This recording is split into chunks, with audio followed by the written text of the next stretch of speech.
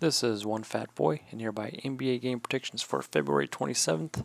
Tonight there is 8 games. I'll be going over the spreads and over-unders for each of them.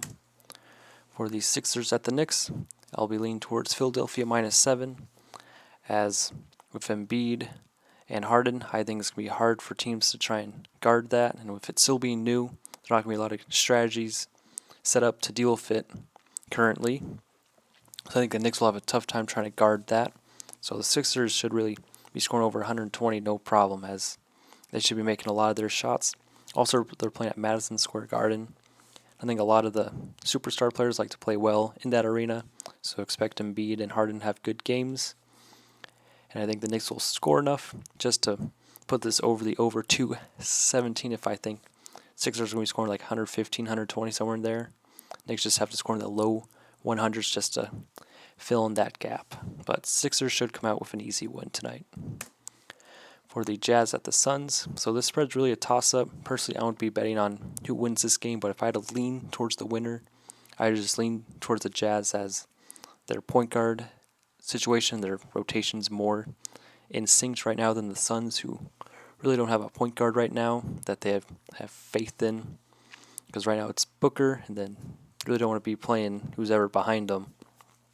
So that's why I'll just lean towards Utah winning. But I will expect a higher scoring game, as Utah's defense is kind of up in the air, because I think the Suns can take advantage of Gobert. And then Jazz offense, it can get hot. Suns defense is good, but the Utah offense can get hot from 3.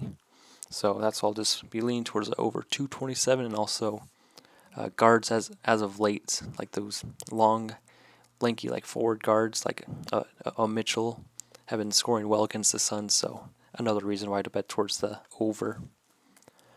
For the Celtics at the Pacers, it's going to have to lean towards Indiana +7, as Boston played last night and they have to travel to Indiana. So slight advantage towards the Pacers. Do I expect Boston still to win? Yeah, but I think it's going to be a closer game, as the Pacers they just have to stay within 7, and the lineup depth for Boston, it's actually not too deep, so they have to put a lot of minutes on their players that the Celtics do. So on the second night of a back-to-back, I do expect the Celtics to struggle. I will be going over 223.5, as I think Boston's defense will struggle a little bit, and then I think Indiana's offense, that's probably the better portion if you had to choose between like Indiana defense or offense. I think the Pacers offense shouldn't have a problem, or not as a problem as if Boston was like fully, rested up, but Indiana's offense should play well overall, hence why I'm leaning towards the over 223.5. And Indiana's defense probably won't slow down the Boston offense too much. For the Pistons at Charlotte, so the Pistons played last night, so that's why I'm taking Charlotte -10.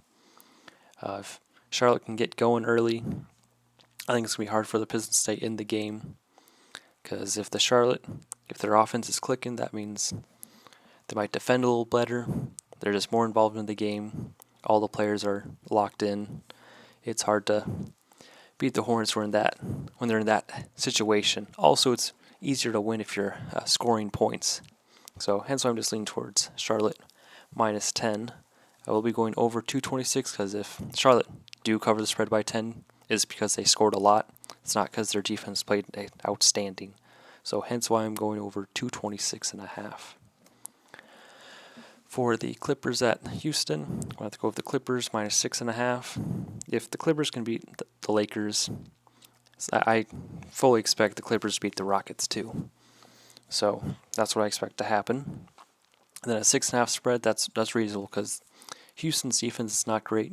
So that means there's going to be a lot of open threes, and there's a lot of shooters on the Clippers. So as long as they can hit their open threes, Clippers shouldn't have a problem winning this game. And that's why I'm leaning towards over 228.5, as Rockets play zero defense. I believe they give up like 118 points a game. And I think the Clippers will be able to take advantage of that, just because they're outside shooting and that they're pick and roll offense too.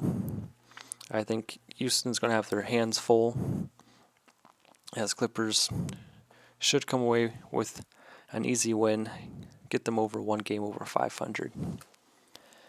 For Dallas at Golden State, I'm just going to lean towards a close game for this one. And that's why I'm going to take Dallas +4. I think Luka will figure out a way to keep this game close. It's going to be very outside shooting type of game, I feel like, as both teams rely on their jump shooting.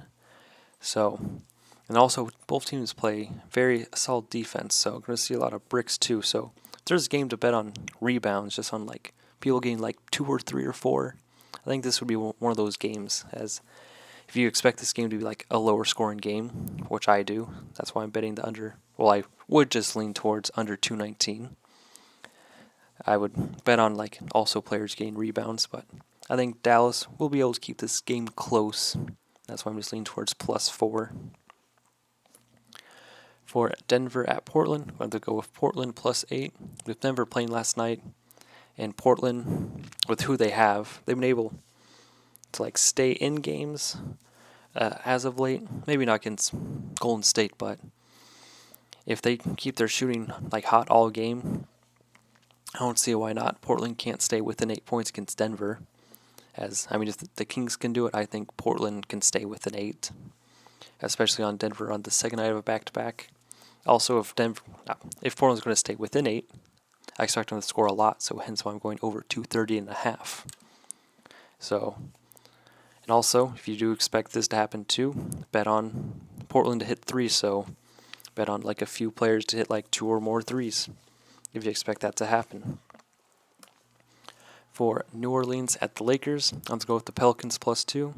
Last game they beat the Suns, but Suns were on the second night of a back-to-back, but I think overall with CJ McCollum, Brandon Ingram, and Valanciunas, I think as long as those 3 can play well again, I don't see why not the Pelicans can keep the game close, maybe sneak away with a win, as the Lakers really don't got anyone to defend Valanciunas. They actually have to lock in and play like Ingram, who's good on ISO, and then McCollum, he can get hot at any moment. The only thing that the Pelicans will really have to worry about is just like slow down LeBron. If he can figure out a way how to do that, I think New Orleans will be able to sneak away with a win.